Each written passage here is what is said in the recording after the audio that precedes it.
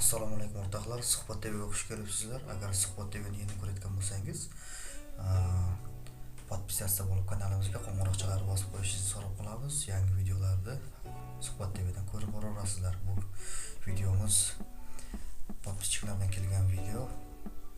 Mana remontni tugatgan holati polni o'zimizda shu o'zbek, tojik, qirg'iz yigitlarimiz qilgan remontlar mana shular.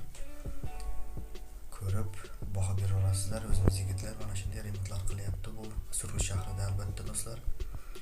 Agar Surgut shahridan ish kerak bo'lsa, opsiyaniyada Instagram bor postimizda, o'shandan kirib podpisatsiya bo'lib aloqaga chiqishlaringiz ham mumkin.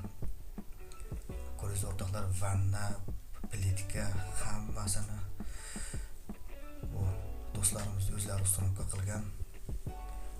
Даже stralli mashinkalarigacha endi u divanlarini qo'ymaydi. Mana bunday televizor taglariga ham o'zlari ustunovka qilib berib ketamiz. Mana o'zimni ham qo'shib gapirsam agar biralarigacha mana yuklar deb qo'yibdi, televizorlar deb ketdi. Biz remontda bunday eshik qo'yilmaydi, eshikdan tashqari natejnoy ham отдельно hisoblanadi, santexnik отдельно hisoblanadi va elektrичество отдельно hisoblanadi. Remont o'zi отдельно hisoblanadi. Balkoni bormi yo'qmi, o'shanda ham отдельно hisoblanadi o'rtoqlar. Balkoni bo'lsa sal pul qo'shiladi, balkoni bo'lmasa pul qo'shilmaydi. Kuxni shkaflar desa, uni o'zlari отдельно zakaz qiladi, o'zlariga ustunovka qilib berib ketadi.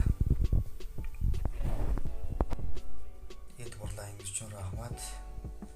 Mana yangi video, yangi video qo'yamiz. O'shanda yana ma'lumotlar berib o'tamiz.